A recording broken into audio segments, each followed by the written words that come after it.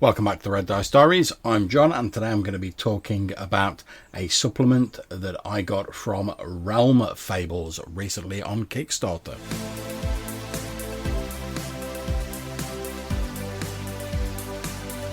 Now, you may recall a while back that I talked about point crawls and experimenting with them, and obviously, as you'll know if you've seen any of my games, I'm a great lover of the hex crawl / point crawl sort of open world model, you know, where there's a big map and your party of hapless player characters exploring at their leisure, making enemies, allies, and finding amazing discoveries along the way.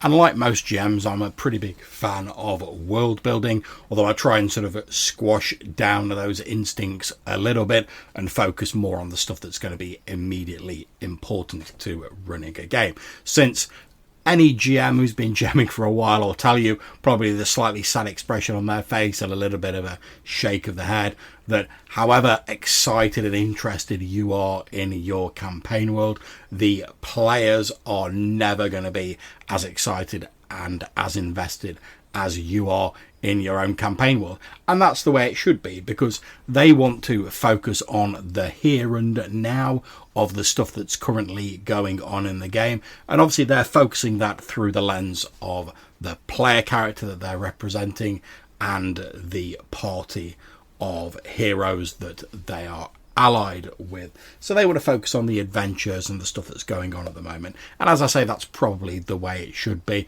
although it is sometimes difficult to resist the urge to create loads of world background and stuff like that. And if you enjoy that and you don't mind that probably most of it won't ever get used or ever be seen, then that's great, you know, crack on to your heart's content. For myself, I find it a bit disheartening if you put that much effort into something and it doesn't get used. Now, that's no shade on the players, because quite rightly, they're focused on the exciting bit of the game, which is the actual game and what happens during the session, and that's how it should be. So I'm often finding that I'm looking for shortcuts or random generators or stuff like that that enable me to create a sort of campaign world or a map or a background or something like that without me putting in all of that agonizing effort, purely because then if a lot of it doesn't get used, I don't feel bad about the fact that it's not been used. So I'm like, oh, I just made a few rolls on a few random tables, and I've made a few links between different elements of these random tables. So it doesn't matter if it doesn't get used. I didn't spend weeks and months agonizing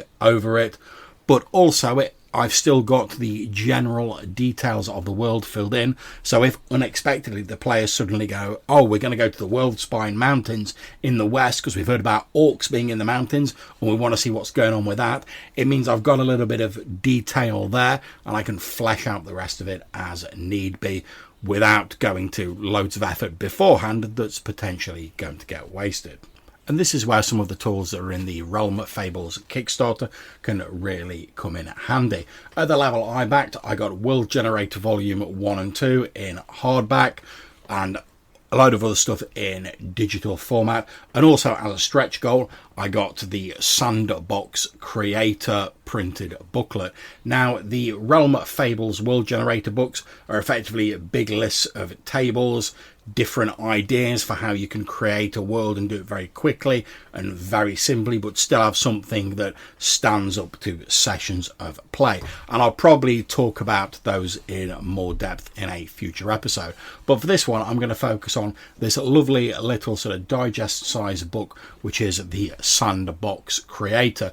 And when I received my package in the mail this morning, my eye was immediately drawn to this little booklet because, as I've said, I love a sandbox. And effectively, this gives you a sort of framework for creating a sandbox. And it says all you will need to create it is your standard deck of playing cards, a collection of dice, a pen, pencil, a notebook, and your imagination. And even the introduction reminds me of like the old fighting fantasy books that I love so much. And the way you use it is this, is you roll a d6 to choose your sandbox style, or you choose one of them yourself. And there's various different ones, from verdant sandboxes to wasteland sandboxes, alpine, grassland, oceanic and planar sandboxes. You then draw a number of cards from your playing card deck one by one, and you lay them out in a grid. The more cards, the larger the sandbox. They recommend 8 cards as a good starting point, laid out in 2 rows of 4. You reference the playing card table of the relevant sandbox style, and you take notes on the descriptions of each area of your sandbox. So the one they've got here in the top row, they've got a little example diagram that shows the 4 of clubs, the 8 of diamonds, the king of spades, and the 6 of diamonds. So if we look at the verdant sandbox, which is like sweeping forests and lush jungles, we can see that in the top left we have the 4 of clubs, which is a tangled dark wilderness of evergreens. To the east of that we have the 8 of diamonds, wet caves filled with radiant growth. To the east of that, I should have said. To the east of that we have the king of spades, which is a valley of flesh-eating plants. That sounds pretty cool as an adventure location. And to the east of that, the last one on this row, we have the 6 of diamonds, which is a cobwebbed backwoods and groves. And obviously the row below you could do exactly the same. I won't go into it here, but you reference the suit and the number on the cards. You look it up on this verdant sandbox table, and it tells you what sort of terrain you're going to have in that particular area. What you do next is you roll a d20 for each area, and you place the d20 at the top of the card.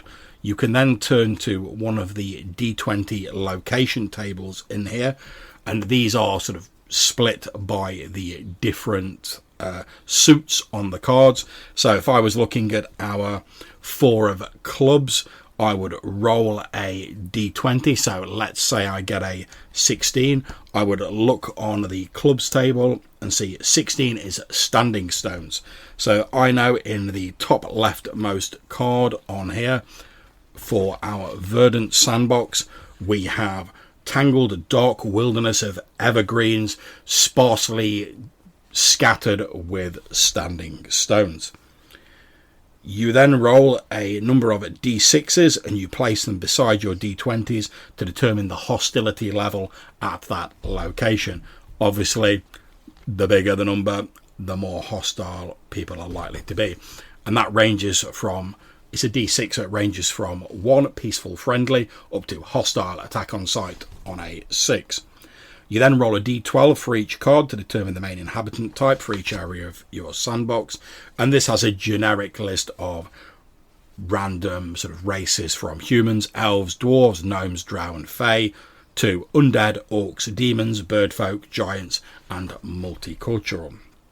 After you've done that, if you wish, you can roll d8s and place them on cards to represent the current weather within that area.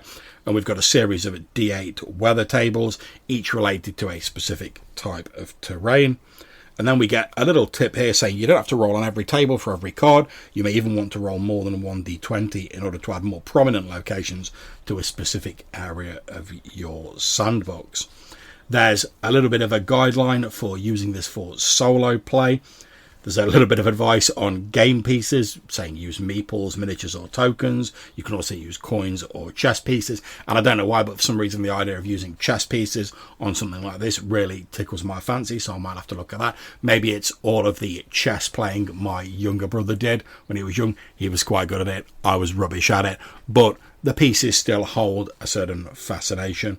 We then get some advice on creating a point crawl, where you basically link up prominent locations within the area to become destinations. You then flip a coin to see whether north, east, south and west are passable. So obviously there's only 2 choices, either yes or no. You then draw the relevant lines. Any locations cut off from roads will have to be reached by other means, such as an airship. We get some advice on mixing the different styles together, if you want multiple different types of terrain. Some advice on map drawing, and then we get just a few little bits of advice on how you can create a story for your map. And I've got to say that I think there's an awful lot of really useful stuff crammed into this very small book by Sheildice Studios. I think it's a really great thing, and given that this is effectively just a stretch goal, getting a physical copy of this, I think it's absolutely brilliant. I will certainly be looking to use it in future games, just to create a very simple sort of rough map of an area where gaming can take place. And since I'm always looking for the possibility of cramming another game into the alternating weeks where I'm not running my current OSE campaign, Smoke and Snow, I may well look at purposefully setting up a short run campaign, maybe like 10-15 sessions or something, with the idea that the area it's taking place in will be solely created through the use of this Sandbox Creator. I think that'd be a really fun sort of little experiment to do, and I'd love to see how that'd work out. So I might float that idea past a few of my players next time we're having a session. Now, I'm not sure if you can buy these books in hard copy at the moment, but I can see that you can get them on Drive-Thru RPG from Sheildice Studios. They're very reasonably priced. The Sandbox Creator is like $4 or something, although these are only in PDF. And I'll put a link in the description of this show in case you're interested in checking out the Sandbox Creator or any of their other products. And if you're in the market for something that's going to make your world building and your game area creation a lot easier, as well as offering some interesting and pertinent advice to how to sort of like weld it all together without agonizing over it and spending all that time on it, then I highly recommend you check out the Sandbox Creator.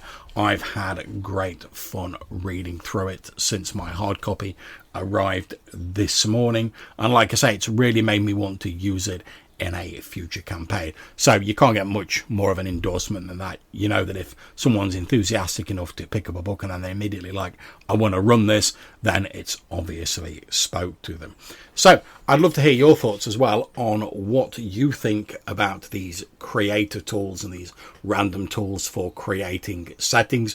Do you like them? Do you dislike them? Have you ever used them in any of your games, and how did it go? If you'd like to get in touch and let us know about that or anything else to do with tabletop RPGs, we'd love to hear from you. You can get in touch with us a number of different ways. You can drop us a voicemail on either SpeakerPipe or Anchor, or you could send us an email to rddrpgpodcast@gmail.com. And who knows, we may even feature you on the podcast in one of our voicemail bonus episodes. So until we see you again, take care, stay safe, and whatever you're playing, have fun.